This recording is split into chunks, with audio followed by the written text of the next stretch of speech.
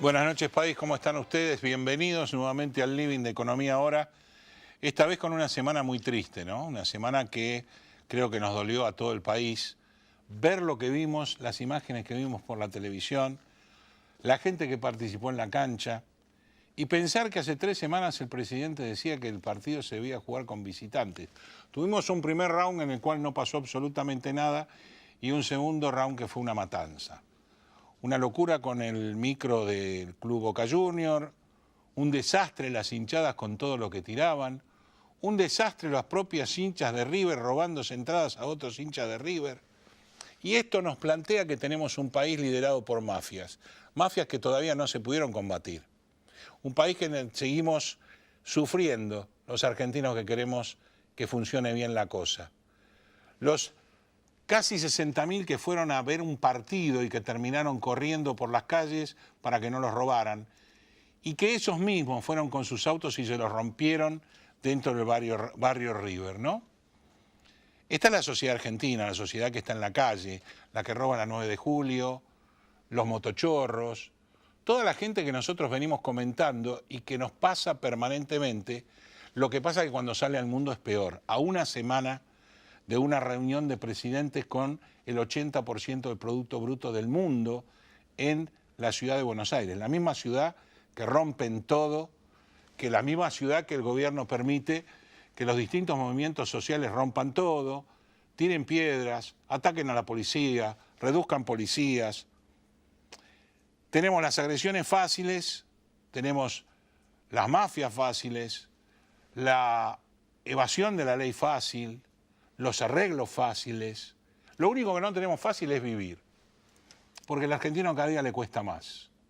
Y el gobierno, que está en terapia intensiva, no nos aclara absolutamente nada.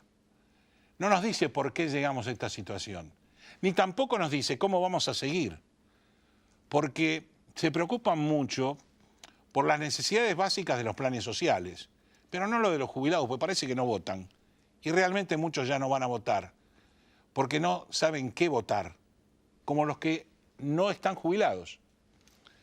Lamentablemente el jubilado parece que no necesita nada. A lo largo de todos los gobiernos lo vilipendiaron, lo basurearon, y el que trabajó más, porque no nos olvidemos que hubo un gobierno que puso 2 millones de personas en jubilación, que no habían hecho un solo aporte. Entonces las señoras de Barrio Norte están chochas de la vida porque cobran la jubilación y van a tomar el té, al alvear. Estoy un poco podrido de todo lo que nos está pasando. Son muchos años, muchos gobiernos, muchas mentiras, mucho de lo que nos dicen que sabemos que es absolutamente incierto y mentiroso. Entonces es hora que el argentino empiece a reaccionar, y la única reacción que tenemos es el voto, es luchar contra los que nos mienten, no dejarnos estafar permanentemente y alguna vez reaccionar. No por nosotros, sino por los que vienen atrás de nosotros, y que se crearon en una sociedad distinta a la nuestra, en una sociedad en la que el facilismo viene bien, que no te tenés que romper para ganar la plata, que no tenés que estudiar, que todo viene per se. El Estado es otro y nos tienen que mantener. Una filosofía que no es del primer mundo, obviamente, es de este.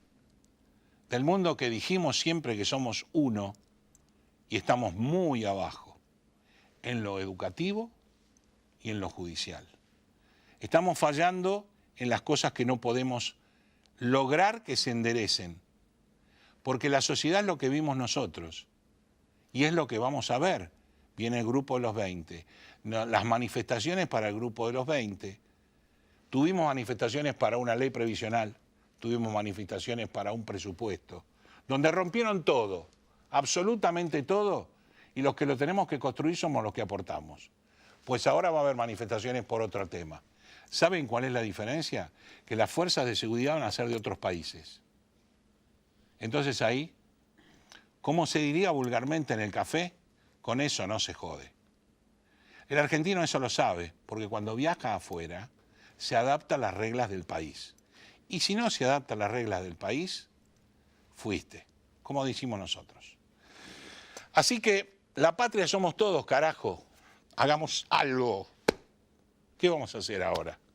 Vamos a hablar de otra cosa. Vamos a hablar del justicialismo y del peronismo que allá a lo largo del tiempo quedó con Carlos Pedro Spadone, uno de los pocos, junto con Julio Bárbaro, que estuvo con Perón, que habló mucho con Perón, que es un empresario, que a su vez fue político y que tiene muchos, muy buenos negocios con China hace mucho tiempo, quizás antes que Macri. Por otro lado, vamos a estar con Miguel Ponce, un economista que nos va a tratar de ubicar en dónde estamos los argentinos con este dólar que sube y baja, la tasa que sube y baja, y lo único que no sube es el salario.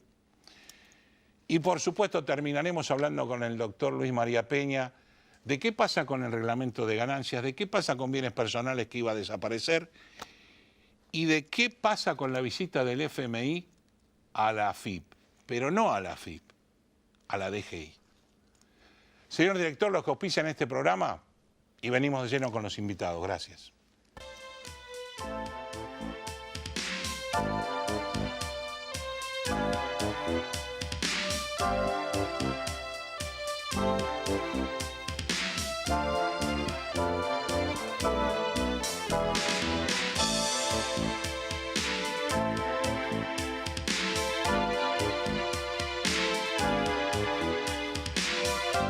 Alianza Group nace ante la necesidad de contar con una empresa confiable para realizar tareas de remanejo de mercadería. Ofrecemos almacenaje, etiquetado, acondicionamiento, estampillado fiscal, armado de pedidos, estibaje, inventario, control de stock, promociones, paletizado y servicio de limpieza. Contáctenos al 011-2153-0857 o a info@alianzagroup.com.ar.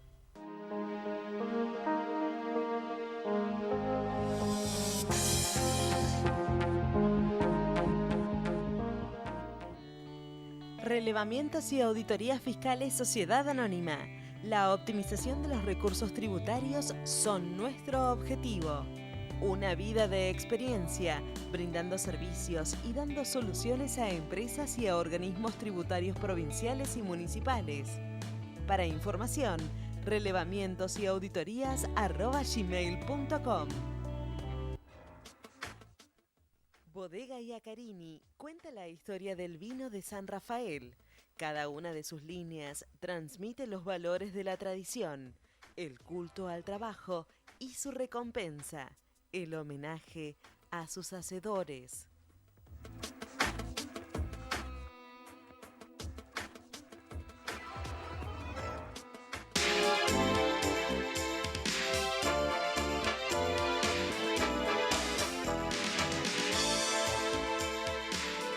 Bueno, primer bloque del programa, y lo dijimos en la apertura, íbamos a estar con Carlos Pedro Spadone, empresario, político, multirrubro, digamos. Gracias, Carlos, por estar en Economía Ahora. Un programa que parece fundamentalmente de economía, pero no hablamos de todo, más vos que sos un multirrubro. Explícame el título de tu libro, de tu nuevo libro, de que es un compendio de anécdotas absolutas de uno de los pocos que pudo tener un contacto tan profundo con Perón.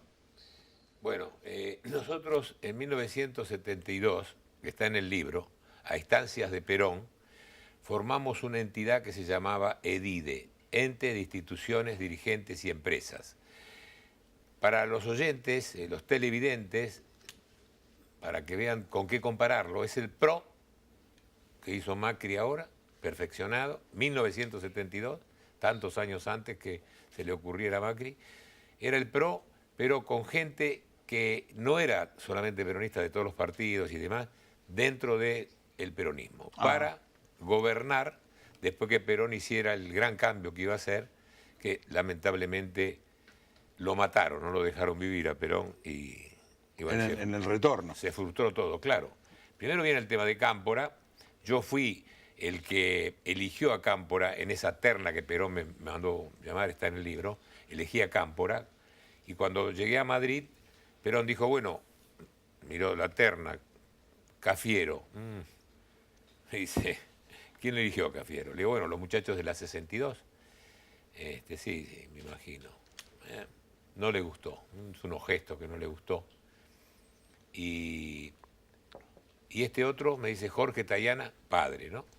Digo, bueno, don Jorge, reunimos a todo el peronismo tradicional de aquella época y es la gente que entre todos ellos eligieron a Jorge Tayana. Este es un gran hombre, es un estadista, pero dijo, bueno, y este otro, Héctor J. Cámpora, ¿no? Es una sonrisa.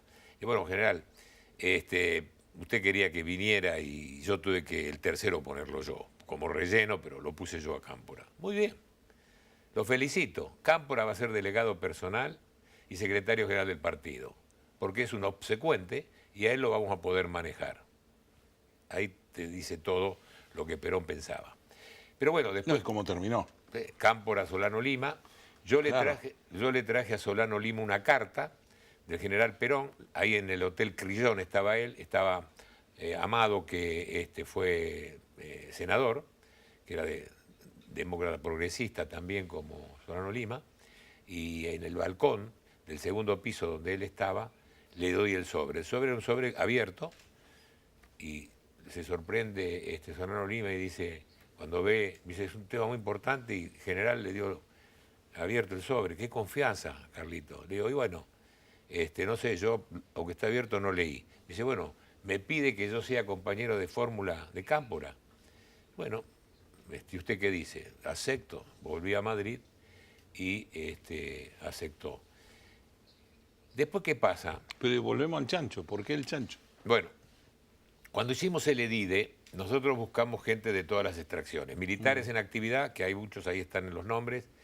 La iglesia, gente en actividad de la iglesia, hombres de la ciencia, de la cultura, de la técnica, empresarios, políticos, hombres de otros partidos o de otras ideas dentro del EDIDE para poder armar un equipo y un plan de gobierno que Perón no lo había armado ni lo tenía en Madrid y me encarga a mí que lo haga. Ahí están todos los nombres de las personas tan importantes de aquella época.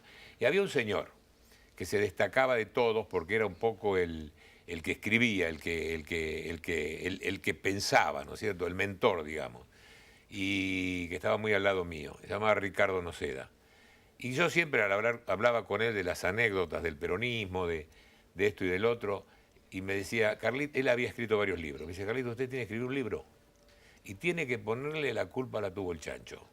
Tiene un buen gancho, pero después usted va a ir desarrollando el libro y al final diga algo, el por qué. Bueno, al final del libro yo digo por qué. Y lógicamente es un título de gancho, un título para vender. O sea, en realidad es un libro que cuenta su historia junto con Perón y su historia empresaria.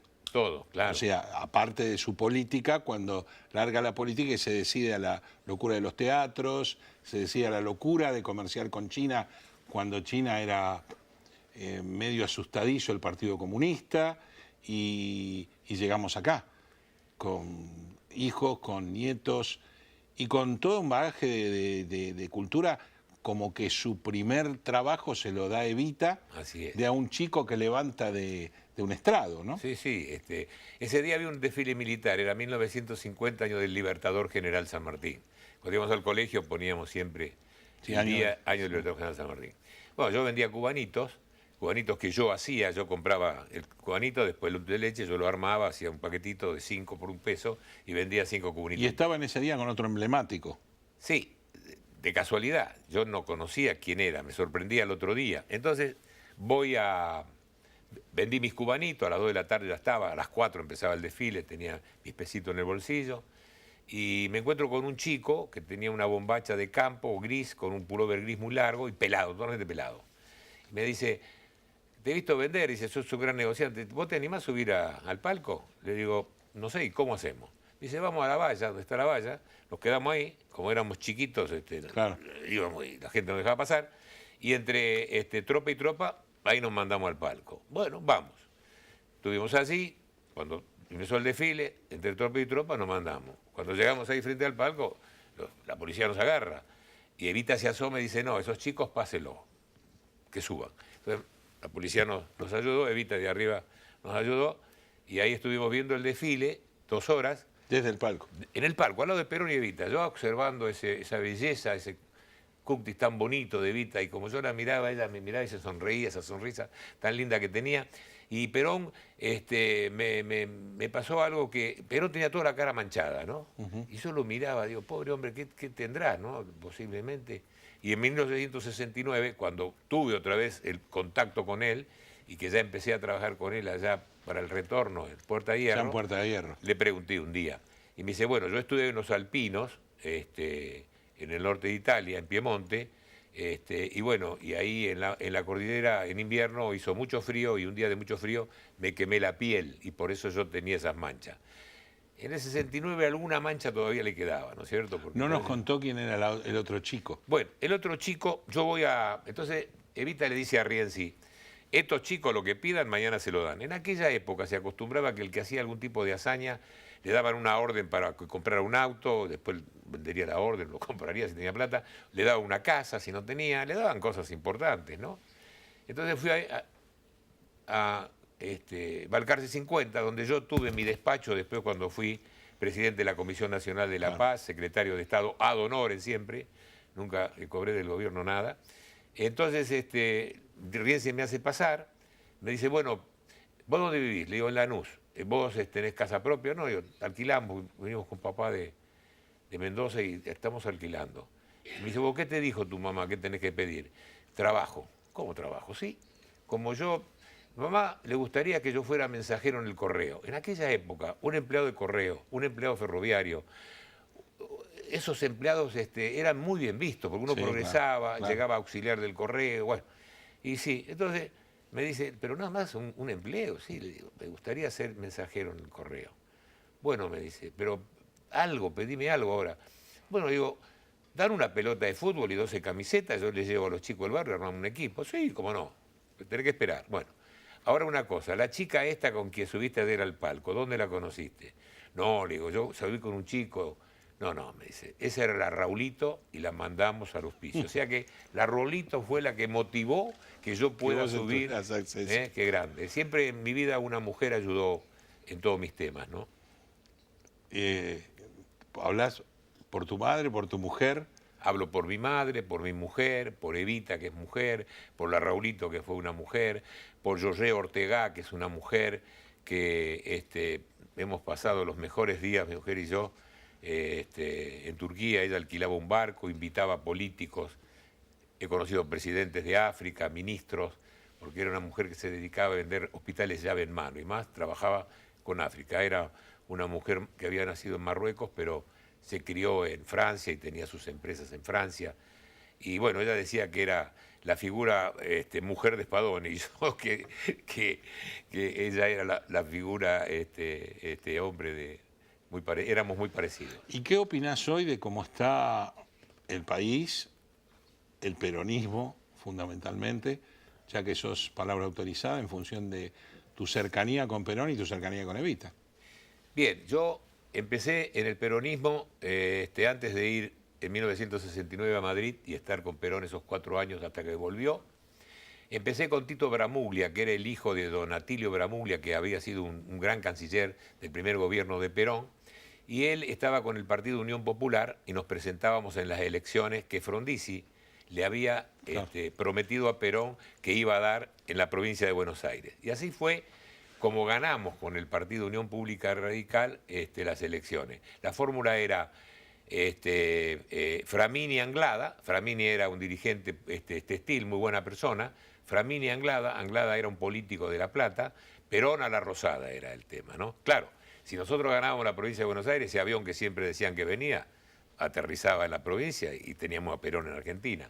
Por eso mismo que cuando fuimos nosotros en la semana, cuando pensábamos que nos iban a dejar entrar a la Casa de Gobierno, nos murieron a palos, sacaron corriendo fuerzas militares y a los pocos días cayó Frondizi. Frondizi cayó, entre otras cosas, por haber dado elecciones libres en la provincia de Buenos Aires en ese año. ¿Pero qué pensás de hoy? Bueno, yo estuve... Hoy estamos en una situación compleja, claro, como país, y inclusive el partido peronista, que ha pasado una diáspora de Menem, Kirchner, hoy, sí, que hoy es no sabemos quién. ¿Cómo ves la situación? Bueno, yo estoy muy preocupado. Yo quisiera que Macri termine su gobierno, tiene muchas fallas realmente. hay muchas cosas que están saliendo en los tweets que le mandan a la gente todos los días. Si todo eso que dicen que es verdad, a mí me da mucha lástima que entonces no hemos elegido bien. Pero ¿qué pasa? Cuando el pueblo elige un gobierno tiene que terminar. Entonces tenemos que tratar que Macri termine. Ahora, si el peronismo se une... No hay duda, pero que justamente Macri va a terminar su gobierno, todos queremos que termine y realmente ya cada vez deseamos más que termine. Lógico. Pero al margen de eso, ¿contra qué estamos jugando? Bueno, o sea, ¿cómo está el peronismo hoy dentro de este país que realmente de la época de Perón a hoy hemos estado en una escalera descendente muy profunda? Total. En 1983, a mí me nombran secretario político del partido. Crean primero la Secretaría Política que no existía y 694 delegados de todo el país, por unanimidad, me eligen secretario político. Era joven, pero ya tenía mucho conocimiento por el tema de esos 4 años con Perón. Creían que yo había aprendido mucho. Bueno, y fui secretario político del partido. Perdimos con Alfonsín. Alfonsín fue el gran demócrata, pero nosotros los peronistas también, pero nosotros pusimos más que el radicalismo. El radicalismo siempre estuvo acostumbrado a golpear los cuarteles, el peronismo nunca. El peronismo se mantuvo siempre independiente de los gobiernos militares. Y nosotros perdimos por poco, pero Nació perdimos. de un militar. ¿Eh? Nació de un militar. Sí, pero nosotros perdimos por poco. Pero yo, como secretario político, tuve que reorganizar el partido, era mi deber. Si yo hubiera ido a China, que había firmado un contrato con el secretario general de los sindicatos, Hu Xili, hubiese sido el primer empresa extranjera en China donde no había ningún artículo de limpieza, ni siquiera trapo de piso ni trapo de rejilla. Y yo había hecho una firma con el sindicato que íbamos a hacer, qué lindo, una lana de acero con detergente que yo inventé, que es virulana, acá le dicen virulana, ¿verdad? Pero bien, en vez de ir a hacer plata, dije, voy a reordenar el partido. Me costó bastante, hubo 3, 4, 5 congresos, y al final en un congreso en Santiago del Estero se resolvió el problema, y ahí nació lo que se llamó, que estaba Cafiero, Menem, estaba Crosso, estaba de la Sota, ¿no? La renovación del peronismo. Y de ahí después surge el tema de Menem, que trabajé desde el primer día con Menem, a pesar que yo quería ser el candidato a presidente y pelear yo contra Cafiero la interna. Menem me dijo, Carleito, yo tengo 7 años más que vos. Él convencía a las rocas, ¿no? Sí, no me cabe duda. Y me convence y doy un paso al costado y entonces me pongo a trabajar con él y hacemos de todo. Pongo tiempo, pongo dinero y bueno, y es presidente. Y bueno, y cometió varios errores y cometió muchos aciertos también. Entonces, entre todo ese peronismo, todos estos que conocí, y esto que vi con referencia a Kirchner, con el cual tuve 2 o 3 charlas que me llamó y fue para pelear, porque le dije que se había equivocado cuando vino Hu Jintao a la Argentina, se equivocó, en el libro lo explico, está bastante claro. Entonces, hoy, ¿qué haría yo? Y yo estoy caminando el país y estoy hablando con jóvenes en varias provincias donde hay gente muy buena, donde esa gente tiene que tratar de entrar en una elección dentro del peronismo para elegir quiénes podrían ser los candidatos. Pero todos venir con bastante desinterés, no querer ser yo, decir yo voy a hacer, no. Y yo lo puedo hacer porque yo no ambiciono nada, además con la edad que tengo ya no puedo hacer nada, todo lo contrario, lo único que puedo unir. Y hay gente muy buena en el interior, hay gente buena acá también, Schiaretti es un gran candidato, Uñac de San Juan es un gran candidato, Massa también es un buen candidato. O sea, toda esa gente tiene que ver quién de ellos va a ser, ¿no es cierto? Y de ahí tiene que salir. Gracias, Carlos. Realmente te deseo mucho éxito con el libro porque es jugoso, es para leerlo. Y más que para leerlo, es para vivirlo realmente, sí, como lo has vivido vos. Así es. Y yo creo que sí, que hay gente que tiene intenciones sanas con respecto al país y que muchas veces no se anima. Hay que animarlos para que se animen. Hay que animarlos. Y yo con la experiencia que he tenido de estar en todos los lados y de vivir tanto tiempo con Perón y demás, hay que animarlos. Ahora el libro no solamente habla de política, el libro habla de cultura. Nosotros hicimos 5 teatros donde había 5 cines, nosotros llegamos a tener 9 teatros. Yo traje el kiwi por primera vez a la Argentina, siempre abrazada. Nosotros hicimos el primer diario gratuito del mundo, que fue La Razón. Nosotros hemos hecho tantas cosas que están en el libro. En el deporte yo fui vicepresidente del Club Lanús cuando estaba en la B lo ascendimos a primera. Yo traje a Cassius Clay para que diera una exhibición en Atlanta. O sea, que la gente va a ver de todo un poco en el libro, ¿no? No, justamente esa es la idea. Va a vivir la historia con vos, Así que es. fuiste un emprendedor y un emprendedor exitoso. Yo te felicito, te agradezco que hayas estado en mi programa y esperemos que la gente se anime a leer mucho el libro porque va a aprender mucho de lo que debe ser una persona para emprender, que es lo Además, fundamental. la juventud, los chicos jóvenes, que piensen que un chico vendiendo cubanito llegó donde yo llegué. Llegó donde yo llegué en este país, a pesar de los altos y bajos. Este es un gran país. Acá tenemos que estar los argentinos interesados y darle a este país y trabajar y sacarlo adelante. Muchas gracias por haberme venido a Gracias Economía Ahora. por invitarme. Hacemos apenas una pausa y vamos a hablar de economía.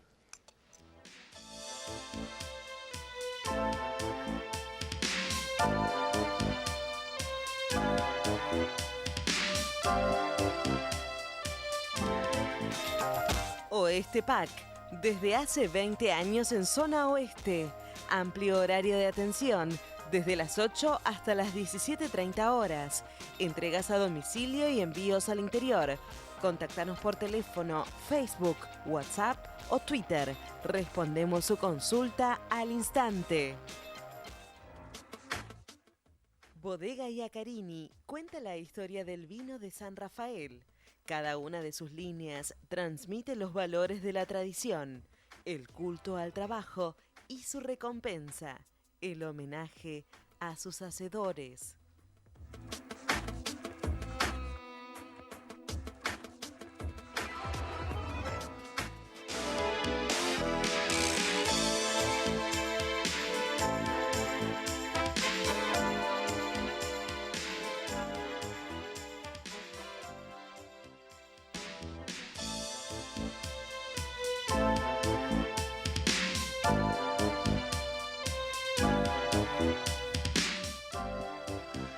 Segundo bloque del programa, lo prometido es deuda, avisado ya en la apertura, Miguel Ponce, director del Centro de Estudios para el Comercio Exterior.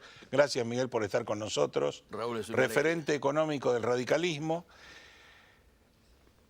Justamente comercio exterior, para vos, así empezamos livianito, ¿el Mercosur se murió?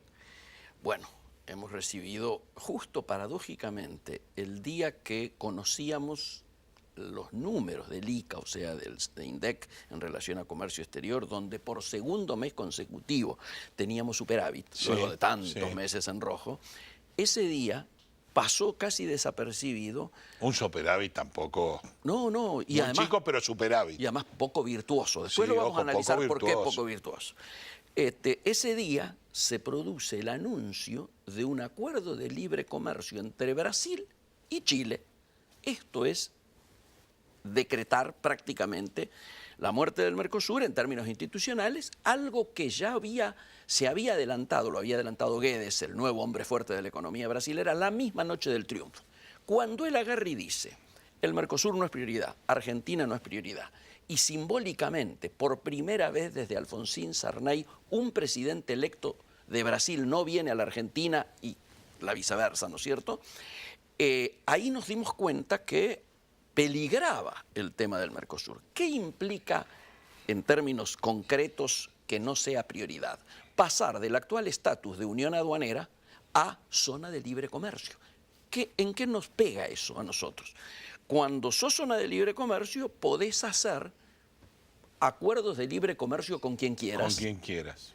Y fijar los aranceles que quieras, aunque perjudique a tus socios. Es decir, lo que Argentina y Brasil juntos le habían impedido 2 veces a Uruguay, que nos había planteado firmar un acuerdo de libre comercio con China, nosotros ahora veíamos que Brasil primero lo anuncia y luego lo hace fácticamente antes de asumir Bolsonaro. O sea, lo hace... Sí. Con lo cual... En la gatera. En la gatera. Si está bien o está mal, esto es un debate. Lo concreto es que esa jugada unilateral es la que termina originando que Bolsonaro no venga a la Argentina ahora para el G20. Y no nos olvidemos también que Argentina es en muchos aspectos dependiente de Brasil por ejemplo, el tema automotriz. Para nosotros es nuestro principal socio comercial. Claro. Mientras que hemos dejado de ser el principal socio comercial. Nosotros el de ellos. Claro, China es el principal socio comercial hoy. Por eso es entendible este intento de Brasil de replantear y discutir todo. La palabra ahora es flexibilizar el Mercosur. Vamos a ver hasta dónde. Para nosotros una degradación institucional, porque en realidad lo que debería ir ocurriendo es institucionalizar cada vez más. Es decir, empezar a plantearnos acuerdos y consolidar políticas comunes en el tema de la moneda, en el tema del gasto, en el tema del déficit, etcétera. Estilo el proceso de integración que tuvo en su momento Virtuoso. Hoy no, la Unión Europea. Pero habríamos dicho lo del déficit que me quedó picando, de un déficit no virtuoso, ¿por qué? Porque estaría bueno, ¿no es cierto?, que se debiese a un aumento de las exportaciones importante y no a esto que ha ocurrido, que hemos tenido el mes de menos importaciones desde que asumió Macri. Y si nosotros miramos y tenemos en cuenta que la matriz importadora de Argentina es netamente productiva, en estos momentos el 83% de lo que se importa es bienes de capital, insumos, partes y piezas, bienes intermedios. ¿Para qué? Para la industria, el campo y la infraestructura de servicios públicos y privados, es decir, netamente productivo. El principal motivo del superávit es la recesión. Es decir, al caer la industria 5,8, como nos hemos enterado ahora en septiembre, al caer las pymes, la industria pyme, 5 puntos en octubre, estamos entrando a lo que posiblemente se termine transformando en la peor recesión de la historia argentina. Hoy por hoy no lo es, porque los números del 2001 obviamente son superiores. Pero estamos viendo... Estamos en recesión y estanflación. Estanflación sería estancamiento con inflación. Recesión es caída con inflación, es peor, es más grave todavía. Estuvimos sí en esta inflación. Ahora ya técnicamente estamos en recesión. Y los que le prometieron al presidente que esto iba a ser una V corta, es decir, una caída y un rápido rebote, ahora reconocen que los que dijimos de entrada que iba a ser una L, es decir, una caída y un largo tiempo manteniéndose bajos niveles de actividad, están empezando a reconocerlo. El tema es la dimensión de la L, es decir, cuánto va a ser la profundidad de la caída del nivel de actividad. ¿Hasta dónde va a estar la y L? hasta dónde va a llegar. Y acá empiezan las diferencias. Mientras al presidente le dicen, lógicamente antes de un año electoral le tienen que decir, no, en el primer trimestre esto va a empezar a recuperar, las informaciones que tenemos nosotros y los estudios que tenemos nosotros nos dan que todo el año que viene por lo menos estamos en recesión. Algunos creemos que el 2020 también estamos en recesión. Y hasta hay pronósticos que recién el rebote empezaría a notarse el 2022. Es decir, con toda la graduación de lo que vamos viendo. Obviamente, esto no es homogéneo, no a todo el mundo le va mal en la feria. No, seguro, seguro. Pero concretamente... Hablemos de la mayoría. Hablemos de la mayoría. Concretamente, la caída del PBI que está viendo en estos momentos es altamente peligrosa y empezamos a mirar la peor cara. Cuando la misma noche que nos enteramos por los medios que íbamos al fondo, que íbamos a un stand-by en el fondo, yo logré reunir de emergencia la Comisión de Economía de la Convención Nacional de la Unión Cívica Radical y rápidamente dijimos, además de que no es necesario, ¿por qué no era necesario? Hablamos con 4 expresidentes de Banco Central, 2 nuestros, Alfonso Pratgay y Martín Lustó, y 2 no, extrapartidarios, Martín Redrado y Blecher. Los 4 nos dijeron que no era necesario. ¿Por qué? Porque no teníamos una crisis de pago de deuda en ese momento, inminente. No teníamos una corrida bancaria, que la gente estuviera sacando el dinero de los bancos. Al contrario, los bancos están muy sólidos. Lo que teníamos era una crisis cambiaria. Sí, y se podía manejar con herramientas ortodoxas o heterodoxas y sin necesidad de ir al fondo. Ahora, habiéndose tomado la decisión del fondo, obviamente es elemental que además de perder autonomía para la toma de decisiones nacionales en el terreno económico, hay 3 grandes consecuencias en cualquier stand-by. El primero, la baja del poder adquisitivo, ¿no es cierto? Hemos pasado de ser primeros en Latinoamérica a ser sextos o séptimos, ¿sí? Segundo, la recesión, que es lo que estamos viviendo, y en combinación con estas dos, una tremenda desocupación. Que lo importante de notar ahora es que lógicamente el fondo te iba a pedir 2, 3, 4 renglones diciendo achiquen el gasto público. Entonces empezó en el INTI, en el INTA, en TELAM, en donde quieras, el proceso de achicamiento. Después vinieron las pymes. Entró a caer un goteo de cierres de pymes muy grande, sí, que hacen poco ruido porque son chicas. Ahora, cuando empiezan a caer las líderes, Alpargatas de Chaco, Acindar de Rosario, Metalúrgica Tandil en la propia Tandil, o temas comerciales como la mejor heladería que teníamos, que era Pérsico, que está en convocatoria, ya cuando entran a caer las líderes, el tema es que está adquiriendo otro volumen y otra gravedad. Ese es el punto en el que estamos entrando ahora. Por eso decía, estamos por empezar a ver la cara más negra de este proceso. ¿Y qué opinás de esto, este veranito que tuvimos con un estancamiento del dólar en su momento y lo que pasó en los días de ayer o hoy con respecto a este rebrote nuevamente de pedido de dólar? Es una ubicación del dinero que está dando vuelta, que mucho no hay. Hay una promesa del desembolso del fondo en el mes de diciembre, 7.000 y pico de millones. 600, sí. Pero, ¿cuál es el horizonte? ¿Llegamos a un dólar competitivo? ¿No llegamos a un dólar competitivo? ¿Competitivo para qué? Yo haría la pregunta. Correcto. ¿No? Y además sí alcanza. Claro. Primero, esta subida que hemos tenido entre el viernes y el lunes, que hoy se morigeró un poco, tiene ingredientes, como siempre, causales, que en un lado tienen que ver con la economía y en otro con las expectativas. Claro. ¿Qué ocurrió? Había quedado una masa disponible post última liquidación del EVAC que fueron a ciertos bonos, pero la que quedó disponible el viernes compró y como el viernes fue feriado en los Estados Unidos, terminó de completar el lunes. Lo más preocupante para mí son las políticas. ¿Cuáles son las políticas? Fin de semana, Clarín da a conocer por primera vez, y digo no casualmente, decir Clarín da a conocer por primera vez una encuesta en la cual Cristina Fernández le gana a Macri en primera vuelta y le gana si hubiera balotaje. Un elemento a tener en cuenta. Pero mucho más importante es cómo reaccionan y qué dicen los factores de poder.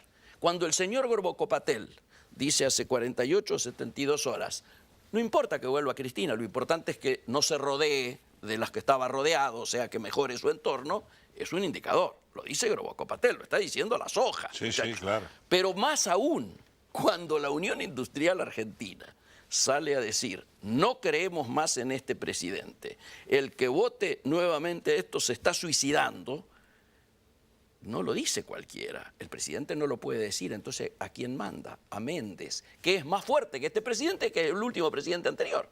Esto en la UIA suele ser bastante común. Común, sí. Urtubey de la UIA dice cosas bastante parecidas. Bueno, va a haber 1000 pymes concentradas en el Congreso el día 6. Acabo de hablar hoy con uno de los dirigentes y referentes más importantes a nivel nacional del tema PYME, justamente porque la situación que están viviendo es desesperante. Me dice... Pero es que claro, directamente es un hermoso remedio para matarla, porque las tasas de interés al nivel que están, ahí está, la economía con una recesión brutal y los costos internos que siguen creciendo en forma astronómica, es imposible tener cualquier tipo de negocio. Absolutamente. Por eso es que cuando vos recién traías el tema del dólar, acá muchos se confunden, o se confundieron, o se ilusionaron, pensando que solucionando la competitividad cambiaria, es decir, recuperando a través de la devaluación un valor más acorde para exportar, automáticamente íbamos a salir a exportar. Yo lamento que se haya ido Spadone, pero mi amigo el embajador en China, Gellar, me decía, cuando yo estuve allá jugamos una apuesta y se la gané por una semana, me dijo.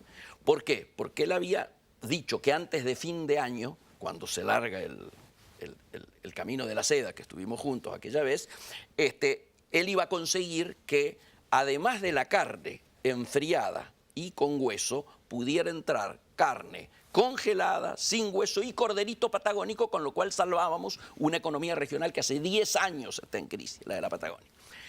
En lugar de, él me dijo, antes de fin de año lo tengo sacado. Lo sacó finalmente. Yo le dije que no y lo sacó finalmente en enero o febrero. Pero me llama el otro día y me dice, pese a la devaluación, no estamos pudiendo entrar, porque estamos caros. Estamos caros. ¿Por qué? Nos queda un minuto, Miguel. Listo. El tema de la competitividad no es solo la competitividad cambiaria. Si vos seguís teniendo los impuestos más altos de la región, si las tasas de interés son las que son y no hay crédito, si no elaborás programas especiales para cada uno de los sectores, no es lo mismo la problemática de los limones que la problemática de la cuenca lechera, etcétera, etcétera. Entonces, la agenda de la competitividad estuvo parada 2 años con Cabrera. Lalo Sica, que es un tipo que comprende mucho esto, lamentablemente le toca jugar en la cancha del fondo. Llegó tarde. Es en efecto, pese a sus buenas intenciones. Muchas gracias, Miguel, nos entendemos perfectamente. Y bueno, esperemos que... Yo escucho los discursos, ¿no?, de los políticos de este gobierno tan perdidos que están, y me asombra que sigan tirando cifras y fechas. La verdad que me asombra. No prometan más. Claro, es el nene que se golpea contra la pared y sigue golpeándose. No me mienta más. Gracias por haber estado. No, gracias a vos, Raúl. Una pequeña pausa y venimos a hablar con el doctor Peña un poquito más de problemas, un poquito más nomás, ¿eh?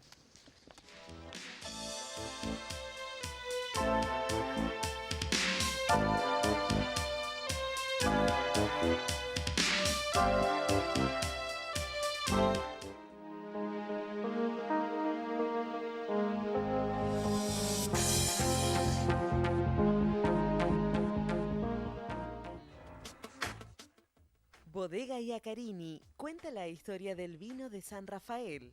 Cada una de sus líneas transmite los valores de la tradición, el culto al trabajo y su recompensa, el homenaje a sus hacedores.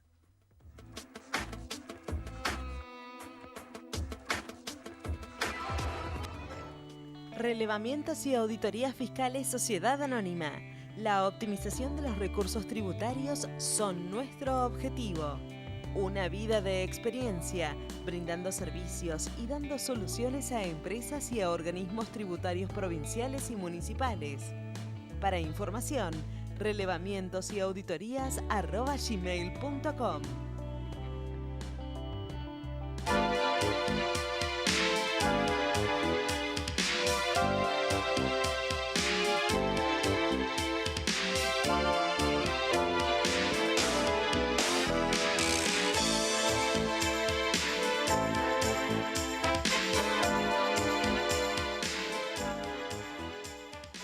Bueno, último bloque de programa, pero no por el último, es el más tranquilito. Yo creo que vamos a estar un poquito nerviosos. Hablando con el doctor Peña, buenas noches, doctor, ¿cómo está? ¿Qué tal, Raúl? De esta visita amable y amorosa del FMI, yo dije no a la FIP, a la DGI y en agencias. Cuénteme. Y en la Casa Central. Y en Casa Central, obvio. Es la primera vez que una auditoría del Fondo Monetario realiza en forma sorpresiva una auditoría a las oficinas, sin avisar, empezando a ver en materia de recaudación los sistemas implementados, porque algo pasa que la recaudación no supera el coeficiente inflacionario, punto. Claro, no crece. No crece. Entonces, duró bastante, fueron bastante secretos. Sí. Fueron bastante secretos. Se encontraron con siempre el FMI tiene relaciones con todos los administradores de recaudación fiscales. Y bueno, se encontraron con la novedad que el amigo de ellos que tenía, porque también él trabajó para el Fondo Monetario. Así es. El doctor Horacio Castañoles había sido despedido. Entonces dijeron, bueno... Que eran el que conocían. Porque el muchacho... Abrevó por los años y años y muchos de director. Exactamente. Y se encontraron, buscaron, se imaginaban que era algún otro especialista argentino en materia fiscal, bueno o malo, pero conocido. No, se encontraron con un nombre absolutamente desconocido dentro de lo que es la FA fiscal. Esto les ha disgustado primeramente porque ellos entienden que en un momento en que se ha comprometido la Argentina a cumplir con estos préstamos del fondo, Lo primero que había que cuidar a quien puede recaudar, porque de otra manera esto no nace los dólares para reembolsar no salen de un coliflor. Sí, sí, claro. Bueno, estuvo bastante preocupado. Aún tuvo la preocupación grande, que la he sentido, la he conocido, la he palpado, en los gremios. Porque se dieron cuenta que están un poco con carencia de fortaleza, claro, los organismos. Y no fueron o sea, está bien la diferenciación, no fueron a ver la aduana. No porque camine bien o mal, no. Les interesa ver cómo es la recaudación, con qué nos van a devolver la plata, por qué no caminan los sistemas. Bueno, evidentemente, ellos no llegaron a comprender nunca por qué se desprendieron de alguien que trabajó para el Fondo Monetario, que sigue colaborando con el Fondo Monetario, con el Banco Mundial, con la administraciones fiscales mundiales, sí. El CIAT, todos organismos internacionales que hacen a la materia. Y la verdad se llevaron una sorpresa de no encontrarlo a quien sabía que iban a encontrar, que era el doctor al que esperaban encontrar, que es el doctor Castañora. Evidentemente, ese desconcierto causó también dentro de la institución. No solamente los que se llevaron la sorpresa fueron los que llegaron del exterior. La gente de adentro todavía, los viejos, sí. La gente, digamos, el núcleo importante, ya hecho dentro del organismo, con la capacidad para ser un administrador tributario, digamos, los distintos sufrieron el golpe. Sufrieron el golpe. Lo que pasa es que tiene mucho que ver, según los dichos, yo no puedo acelerarlo, con que era necesario desparramar, en cierta forma, el conjunto que llevaba adelante las investigaciones, llámese los cuadernos de Centeno, llámese los Panama Papers, etcétera, etcétera, que podían afectar. Lamentablemente, en este momento, la administración no es buena. Los resultados, en estas cuestiones, a la vista. Los números se rebaten con otros números. Y esto, no hay caso, no camina, no se recupera, porque hay algunos impuestos que pueden no... Pero todo lo que resulta, tiene el resultado de la inflación, y tiene que tener en el IVA, en el impuesto al cheque. Sí, una correlatividad. Hay una correlatividad. Esta es una mala noticia, en cierta manera. Pasemos a otro tema que es el que a la sociedad más le preocupa. Bueno, nosotros dentro de los jueces estamos discutiendo el tema de ganancias. Hace mucho. Hace mucho. Solamente 12 jueces en todo el país pagan ganancias, pero sí, con queja. Sí. Y el presidente de la Corte acaba de decir una barbaridad para mí. Claro, ya el bochorno del partido de la final River Boca quedó chiquito, ¿eh? Sí. El presidente de la Corte que es dijo, mucho, ¿eh? Para mí una barrabasada. Lo voy a leer. No, me lo voy a creer porque si no parece que fuera esbozado por uno. El Tribunal de la Corte reiteró el concepto de que los jueces para tributar ganancias deberían tener un ingreso que equivalga a lo que ganaría un abogado de relativo éxito. Ello no se trata de una búsqueda de privilegio, no, sino la defensa de un salario adecuado para lo que es la labor de un juez. Y luego agrega, lo que se quiere es que el salario sea reducido para pagar ganancias, pero si hubiera un incremento salarial y sobre ese incremento se pagara ganancia, no habría ningún problema. No habría problema. No, pero esto es cómico. Claro, esto es cómico. Claro. Primeramente no tendría problema nadie si fuera así. Yo no lo vi, no vi el momento del juramento, pero yo no vi que nadie lo empujara, ¿eh? Nadie lo llevó a empujones. Vos aceptás la presidencia de la Corte. No, sí, es así. Bueno, si no te gusta, listo. Nadie puede entrar. Pero hay una cuestión. Lo que más me indigna, y estuvo el doctor Badeni, sí, viejo sí. Conocido nuestro, y y de excelencia, estuvo presente ahí. ¿Cuánto le debe haber dolido cuando el artículo 16 de la Constitución dice: la nación argentina no admite prerrogativa de sangre ni de nacimiento, no hay en ella fueros personales ni título de nobleza, todos sus habitantes son iguales ante la ley y admisibles en los empleos, sin otra condición que la idoneidad. Punto, y sigue. La igualdad es la base del impuesto y de las cargas públicas. Falta envidia y truco. Sí. Lamentablemente hay una cuestión. Esto comenzó mal con una jugarreta que hicieron los jueces.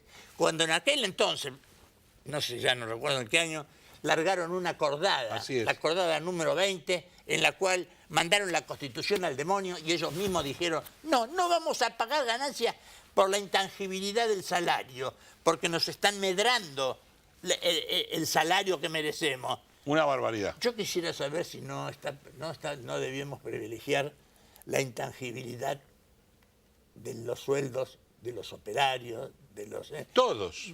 No, pero de todos, de todo. Porque, claro, un conductor de la metro de los subterráneos, un conductor de locomotora, digamos, para poner un ejemplo, tienen sueldos que están en los 40, 45 mil y llegan a 50 mil. Pero ojo, si no tiene mucha carga, arriba de 32 para ganar ganancia. Sí, claro. Y todo el mundo. Y aparte de eso... Claro, estos muchachos no tienen esos salarios, ¿eh? No, por eso. Estos muchachos tienen un salario un poquito más grande. Habría que decirle que tendríamos que analizar mucho la intangibilidad del sueldo del jubilado. Muy que bien. No le alcanza ni para pagar las expensas de la casa. Y capaz que el jubilado cumplió funciones, no de presidente de la Corte, pero cerca de eso. Sí, ¿por qué no? Y sin embargo se está jubilando, no con los privilegios que tiene el jubilado, violando tremendamente la Constitución Nacional. A mí me da vergüenza que un presidente de la Corte. He amamantado el derecho. Tuve los mejores profesores, nacionales y extranjeros. Y sinceramente un presidente de la Corte que diga esto es una barbaridad. Por supuesto, quiero aclarar, cuando andaron de los jueces, todo el mundo de los jueces, no, el Poder Judicial, desde el presidente de la Corte hasta el último ordenanza. Y ahora están discutiendo si los nuevos que entraron después del 2017 tienen que pagar. Y no, y entonces ahí sí dice, no, la igualdad de la ley. La igualdad de la ley. Gracias, doctor Peña. Es un zafarrancho. Ojo, esto que parece una joda es en serio, ¿eh? Sí. Esto que dijo el doctor Peña es en serio.